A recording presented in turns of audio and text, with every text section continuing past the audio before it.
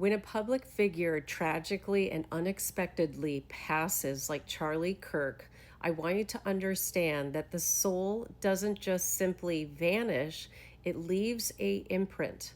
And as a forensic medium, I'm interested in looking at the imprints. I also use my ability to remote view to gather questions. So I'm going to be sharing with you energetic imprints that I see connected to the event that unfolded today. And what I will remind you of is that it's not my job to solve the case. The job is left to the law enforcement agencies, their collection of evidence that is brought to a judicial court. Now that you and I understand that I'm simply asking questions and giving you energetic impressions, let me start to share with you what came through. Now, the very first thing that came through was an image of the man that took the shot and that he was placed on the top of a building. I was also shown that everybody involved, okay, I see a group of 5 men that were involved with this unaliving of Charlie Kirk, have military background, and that this is politically motivated. But I will let you know that I see their military background being in the US military. The man that I see that took the shot is a man that I see as having like auburn, almost a little bit reddish hair. He has a very thin beard. He has light green eyes and pale skin with freckles along his cheek. I also see that the sniper who was on top of the roof that took the shot at Charlie Kirk, that there was a man who had his six that was keeping track of anyone that could potentially ID or became aware of their location. I do see that they had like some kind of like walkie-talkie or listening device that was able to understand how police were communicating at the event today. I also see that there were 2 men in the crowd and that all 5 of these men were connected to another organization of people. And the 2 men that were in the crowd were part of a systems and check on whether they would actually be able to commit the crime and get away. And someone made the call. I see a man that was standing to the right of Charlie Kirk who gave the signal to the sniper to take the shot. So that is 2 men in the crowd, 2 men on top of the roof, and then I see 1 man waiting in a car. Now, the 2 men that were in the crowd used the fear of the crowd to escape without being noticed. There were 2 vehicles that were waiting for 2 groups of the 5 men, and one of the drivers was already in the vehicle, but then I see that there was a sixth person that was in a different vehicle, and that the men split into 2 vehicles. One of the vehicles is a gray SUV, and it's very like unmarked. It looks like an old, like it's not a well-kept SUV.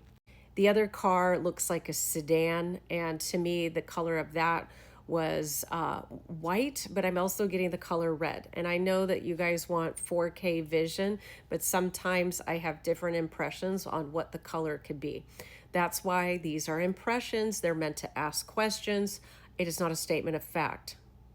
Now, the next thing that I see is that Charlie Kirk had been under surveillance for weeks. I also see that the FBI has informed Charlie Kirk numerous times of death threats towards him, but that he never had a fear of actually being attacked. It was really insignificant to him. I do believe that this was a political hit, and it is not about gun violence. It was calculated and it was planned to bring MAGA supporters together in order to rally and support the current president. I don't believe that this was about liberal opposition, but again, let the facts and the evidence speak for what the truth is as more information comes out. And in a video that I released this morning, I see that this type of event is part of what will trigger more events in the future.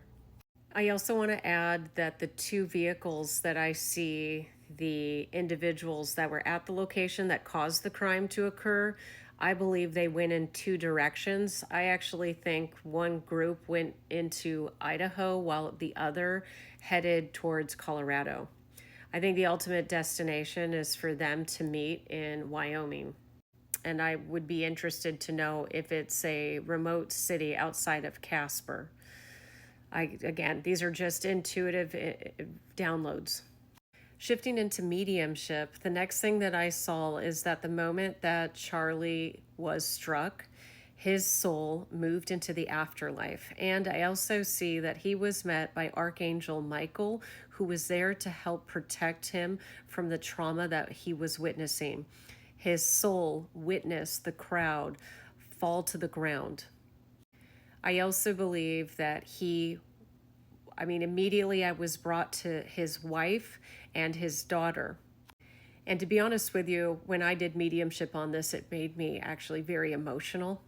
I don't know that much about Charlie Kirk, but he showed me his daughter. And if the family ever sees this, there are a couple important messages I want to share. One is that the grief I saw coming from his wife was horrendous. It makes me emotional to think, listen, Charlie would probably hate me if he ever met me in life, but I'm still compassionate that it is somebody who lost a father and a husband. And I know that he's said so many questionable, terrible things in the past, and I'm not here to judge that.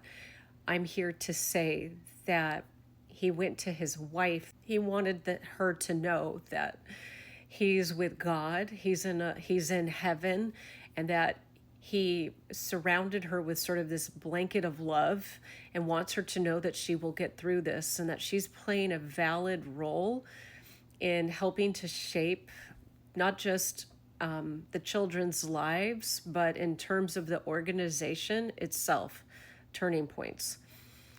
He spent a lot of time showing me how much he loves his family, how much his wife was a priority, how much he loved his daughter. And then the next thing that he showed me is that he has a young son. Now, I was hiking in the woods when I decided to do mediumship, and I wasn't certain if he had children at all, because again, I don't follow him.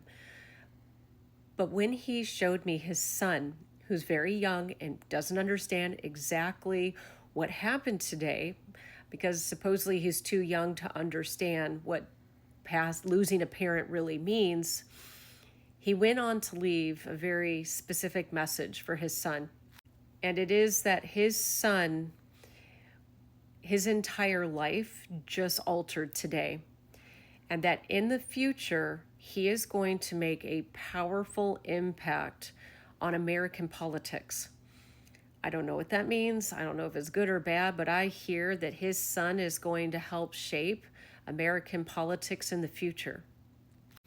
Regardless of politics, I believe in the freedom of speech, and I believe that we should have a right to express different opinions, no matter how strongly opposed we can be to them.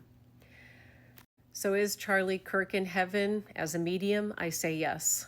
I also see that he's at peace and in a place where he is processing everything that he did with his life. It's also known as a life review. I just want you to understand everyone who was present at that rally has been very traumatized by the events today. I am sending them light and love for their healing, and that everybody's supposed to be impacted by the events today. And it's up to you to decide what comes next. Last message is I do believe that Charlie is a martyr for a cause, and that this is going to make deep impact in American politics. Let it lead to freedom and liberty.